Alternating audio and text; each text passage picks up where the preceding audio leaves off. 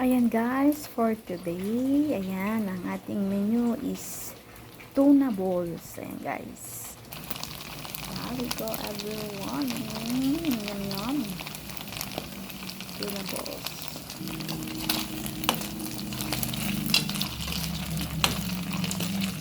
Brownin natin konti. Maluto yung sa loob niya.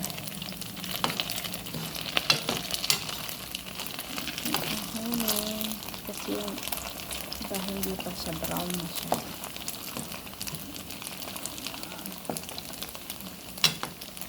Pwede na itang hakunin dyan. Ayan na siya guys. Ayan. Mainit-init pa everyone.